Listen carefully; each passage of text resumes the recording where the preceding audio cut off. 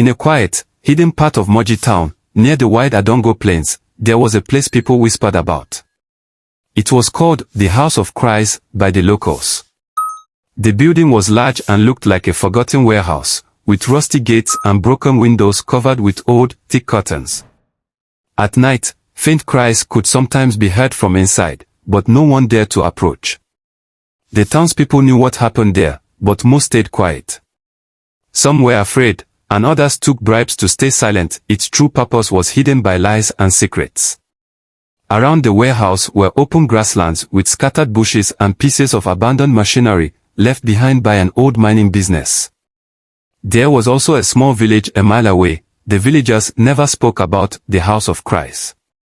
The people of Moji town lived in fear. Some knew about the terrible things happening there but kept quiet, either out of fear or because they had once received bribe to mind their business. Others pretended they didn't know. Even the police ignored it.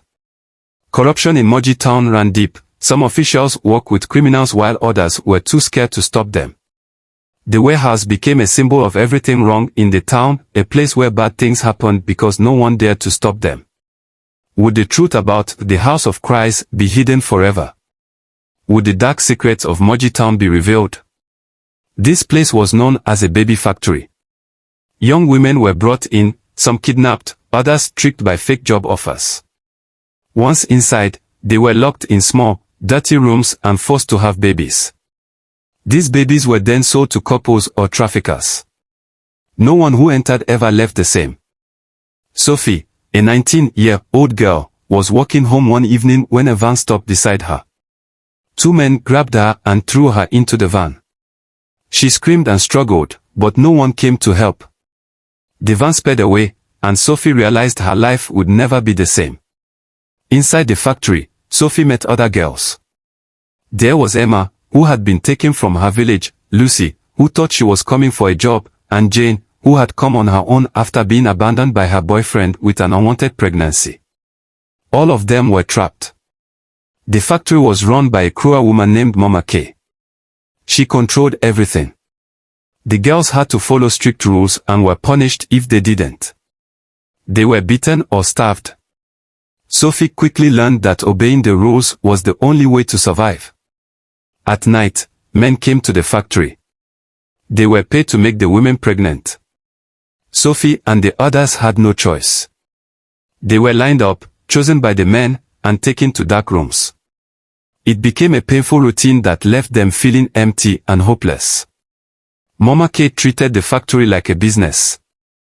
Each baby was sold for a price. Some are sold to rich couples desperate for children, while others were sold to traffickers for illegal adoptions or worse. Money flowed into Mama K's pockets, and she made sure the authorities were paid to stay quiet. Sophie often wondered if she would survive. The idea of escaping seemed impossible, but it was the only thing that keeps her going. Outside the factory, life in Moji town went on. People acted like nothing was wrong. Some feared Mama K and her gang, while others accepted her bribes. The police ignored the missing person reports, and shopkeepers spoke of girls vanishing from their villages. But no one dared to say anything out loud. One day, Mr. James, a local school teacher, saw a very pregnant girl being led into the factory by two men. She looked no older than 16. It struck Mr. James' heart, but he quickly turned away and thought, "It's not my business." Inside the factory, Sophie and the others lived in fear. The factory was heavily guarded. Cameras watched their every move, and the guards patrolled the building. The rooms were small and dirty, and there was barely enough food to keep them alive. Lucy, who was only 17, struggled to keep her hope. One night, as she lay on her mattress, she whispered to Sophie, "Do you think we'll ever get out of here?" Sophie didn't answer right away. She stared at the cracked ceiling, tears falling silently. Finally, she said, "I don't know. But if we have any chance, we have to try." Emma, who overheard them, laughed bitterly. Escape. Have you seen what happens to the girls who try?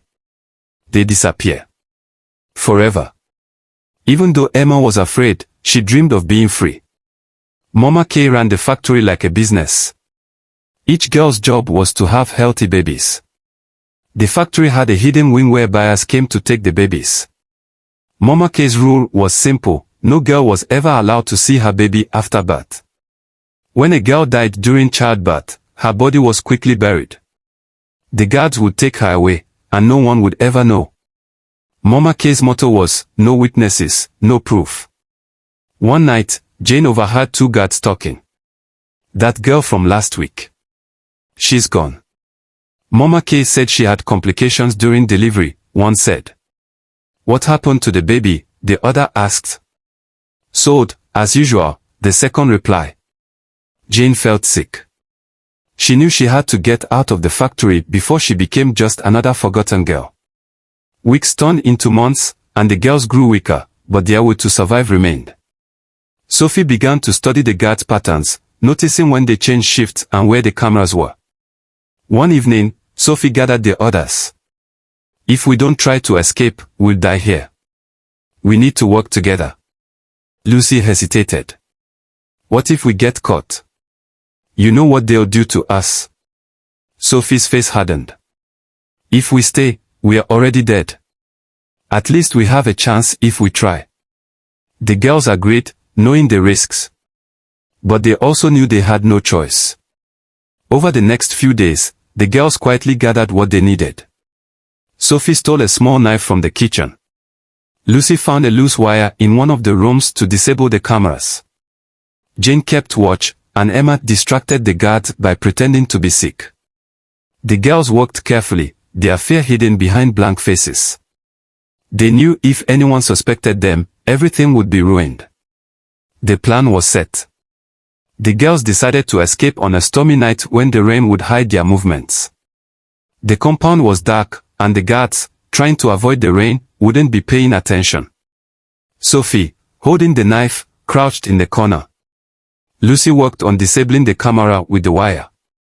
Jane and Emma watched the guards from the shadows. Now, Sophie whispered. Lucy gave the signal, and the girls moved silently out of their room. Their hearts pounded in their chests. Every little noise made them freeze with fear. They reached the back door that led to the yard. Jane used the knife to pick the lock. It took a few tries, but she managed it. The rain poured down as they stepped outside, soaking them to the bone. Suddenly, a flashlight beam swept across the yard. The girls froze, hearts racing. The guard paused, muttered to himself, and then moved on. Hurry, whispered Emma, pushing the others toward a hole in the fence they had discovered earlier. It was small, but with effort, they expanded it and squeezed through one by one with the sharp edges of wire on the fence tearing their skin. The sound of barking dogs echoed in the distance. The guards had realized something was wrong.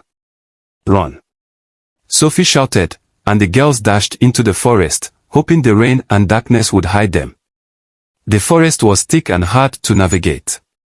Sophia stumbled, slipping on wet leaves. Suddenly, Emma let out a scream as her foot sank deep into a patch of mud.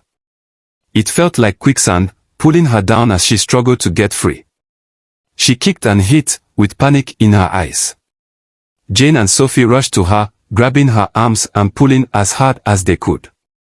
Finally, they managed to pull her out. Now, flashlights appeared, and the barking of dogs grew louder and closer as the mud had delayed them, but the storm made it hard for the guards to track them. After wandering through the forest, they stumbled onto a muddy road. Exhausted and soaked, they flagged down a truck. The driver, a kind man named Mr. Sam, saw their desperate faces and immediately agreed to help. What's going on? He asked, his face filled with concern. Please help us, Lucy begged. Without hesitation, he ushered them into the truck, slamming the doors shut. Just then the guards burst out to the road. As the truck roared to life and sped down the road, the girls huddled together, their bodies trembling from fear and cold, but the girls felt a small wave of relief. They were free, but the battle was far from over. Mr. Sam took them to the nearest city, where they found shelter in a church. The priest, Father Mark, listened to their story in shock. He promised to help and contacted a journalist named Ben. Ben was horrified by their story. This needs to be exposed, he said. The world has to know. But the girls were afraid.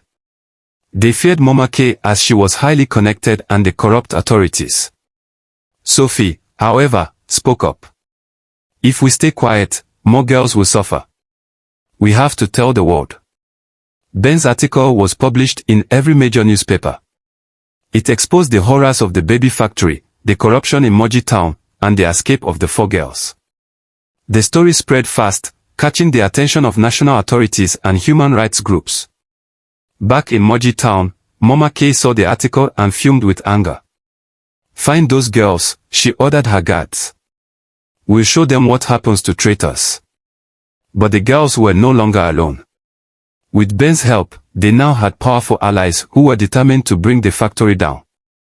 A task force raided the factory with helicopters overhead. The guards fought back, but they were no match for the authorities. The women were freed, babies rescued, and evidence gathered. Mama K was arrested, and her empire began to collapse. The factory's fall shocked Moji Town. Police officers and local leaders who had ignored the crimes were arrested. The community had to face the shame of their silence. Investigators uncovered more layers of Mama K's operation. The baby factory was just one part of a larger trafficking network. Fake adoption agencies, organ traffickers, and corrupt officials were all linked. Mama K was sentenced to life in prison, but the damage she caused remained. Sophie, Lucy, Jane, and Emma found some peace in knowing they had helped others, but they would carry the scars of their experiences forever. After the raid, the girls were placed in a rehabilitation center. It was safe and clean, but the emotional wounds were deep. Sophie, in therapy, whispered, "Every time I close my eyes, I see the faces of those who didn't make it out." Lucy avoided therapy, busying herself with cleaning. "Talking won't change anything," she said. Back in Moji Town, the atmosphere was tense. The raid had uncovered decades of corruption. Local leaders were arrested for aiding the factory, and the town struggled with its guilt. The girls, now called the 4 survivors, became the voices in the fight for freedom and justice. Their escape was not just a story of survival but a symbol of courage and resilience. They shared their experiences with the world, speaking out against oppression and inspiring others to stand up against injustice. The journey of recovery was not easy for Sophie, Lucy, Jane, and Emma.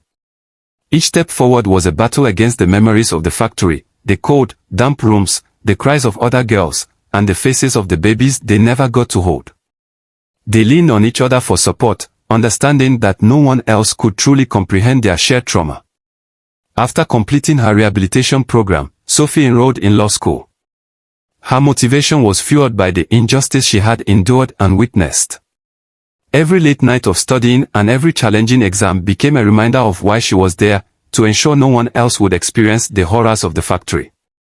Sophie began working with human rights organizations, drafting laws to protect women and children from trafficking. Her first major victory was the passing of Sophie's Law, which mandated stricter penalties for human trafficking and established a government fund to support survivors. In courtrooms, Sophie faced traffickers, corrupt officials, and others who enabled the exploitation. Her name became synonymous with courage and justice. When asked how she found the strength, Sophie would simply say, "For those who didn't make it." Lucy found healing in helping others. She used donations and grants to open The Haven, a shelter for trafficking survivors. The shelter provided therapy, education, and job training, helping survivors rebuild their lives. Lucy became a mentor to many of the women, offering them the support she wished she had during her darkest days. She transformed The Haven into a safe space, where survivors could find hope and a sense of community. One evening, a young girl named Grace arrived at The Haven. She was only 15, and her story mirrored Lucy's own. Lucy sat with her, holding her hand as she cried. "You're not alone," Lucy said. "We'll get through this together." Jane and Emma poured their pain into writing. Their book, Voices of the Forgotten, became a bestseller, sparking worldwide conversations about human trafficking. The book was raw and honest, detailing not only their experiences but also the systemic failures that allowed the factory to exist. Jane and Emma traveled the world, speaking at conferences and schools. They believed that education was the key to prevention. During one of their talks, a teenager approached them, tears streaming down her face. "You motivated me. I told someone about my uncle," she said. "They arrested him. You saved me." The book's success led to a documentary, shedding light on trafficking networks worldwide. Jane and Emma worked with filmmakers to ensure the stories of other survivors were told with dignity and respect. The exposure of the factory led to a global outcry. Governments pledged to strengthen anti-trafficking laws, and organizations launched campaigns to raise awareness. The factory became a symbol of what could happen when silence and corruption prevailed. The raid on Moji Town was just the beginning. Authorities uncovered other trafficking rings, inspired by the bravery of the 4 survivors. Years later, Sophie, Lucy, Jane, and Emma decided to return to Moji Town. It was not a place of fond memories, but they needed to face it. The town had changed. The factory had been demolished, replaced by a park dedicated to trafficking victims. As they stood in the park, a group of townspeople approached them. Among them was James, the schoolteacher who had turned away all those years ago. Tears filled his eyes as he said, "I'm sorry. I should have done something." The girls, now women, forgave him. They understood the fear that silenced so many. But they also knew that silence allowed evil to thrive. The 4 survivors became leaders in the fight against human trafficking. Their efforts saved countless lives and inspired others to take action. Sophie once said in an interview, "We survived because we believed there could be a better future. And now, we are making sure that future exists, not just for us, but for everyone." Their scars remained, but so did their strength. Together, they turned their pain into purpose, proving that even in the darkest times, hope could shine through. The 4 survivors, as they were now famously known, had grown into symbols of resilience and change. Each had built a life that reflected their healing journey, but their work was far from over. Sophie's legal victories continued, but she realized that laws alone could not dismantle the deep-seated roots of trafficking. Corruption was a powerful enemy, and it thrived in silence. She began collaborating with investigative journalists, whistleblowers, and even ex-traffickers who were willing to expose the hidden systems. One of her most dangerous endeavors involved infiltrating a global trafficking network. With the help of trusted allies, Sophie coordinated an operation that rescued over 200 women and children from an illegal operation in eastern Nigeria. The success came at a personal cost, as Sophie became a target for powerful figures in the criminal underworld. Undeterred, Sophie used her platform to expose the perpetrators, even testifying in international courts. "Fear kept me quiet once," she said in one hearing. "Now, I refuse to let it silence me again." The Haven, Lucy's shelter, became a model for survivor care and reintegration. Governments and NGOs reached out to her for guidance in establishing similar shelters in Africa. Lucy personally traveled to war-torn regions, refugee camps, and underserved communities to ensure that the Haven's methods were adaptable to different cultural contexts. During one visit to a remote village, Lucy met a young boy who had been trafficked into forced labor. His wide, fearful eyes reminded her of her own. She stayed with him for weeks, helping him transition to safety. When he finally smiled for the first time, Lucy realized that her work wasn't just about rebuilding lives, it was about giving people back their hope. Jane and Emma's storytelling evolved into something even larger. They founded the Freedom Academy, a global initiative aimed at educating young people about the dangers of trafficking, online grooming, and exploitation. Through interactive workshops, online resources, and survivor-led training sessions, the Freedom Academy became a beacon of awareness. Jane and Emma believed that prevention was just as crucial as rescue. One of their most groundbreaking projects was a virtual reality experience that allowed users to step into the shoes of a trafficking victim. The immersive tool was praised for its ability to evoke empathy and understanding, prompting policymakers and communities to take action. The 4 survivors faced ongoing challenges. Their past trauma would occasionally resurface, especially when confronted with stories that mirrored their own. Despite their progress, there were moments of doubt and exhaustion. But they always returned to each other. They maintain a ritual of meeting once a year in a place that symbolized their journey, not Moji Town, but a quiet hill overlooking a vast ocean. It was there that they shared their triumphs, cried over their struggles, and reminded each other of their collective strength. Over time, the Haven, Sophie's legal reforms, and the Freedom Academy gave rise to a new generation of advocates. Young survivors, once voiceless, were now leading their own initiatives. Lucy often said, "We started this fight, but they're the ones who will finish it." One of these new leaders was Grace, the girl Lucy had helped years ago. Now an adult, Grace ran her own shelter for teenage trafficking survivors. At its opening ceremony, she invited Lucy, Sophie, Jane, and Emma as guests of honor. As Grace spoke, her voice filled with conviction, she said, "These women taught me that my scars don't define me, my courage does. And because of them, I know how to fight." The factory in Moji Town became a cautionary tale, highlighted in campaigns worldwide. It symbolized the darkness humanity was capable of, but also the light that could emerge when people fought back. The 4 survivors didn't just survive, they transformed the world around them. They turned their pain into power, their silence into a roar, and their scars into symbols of resilience.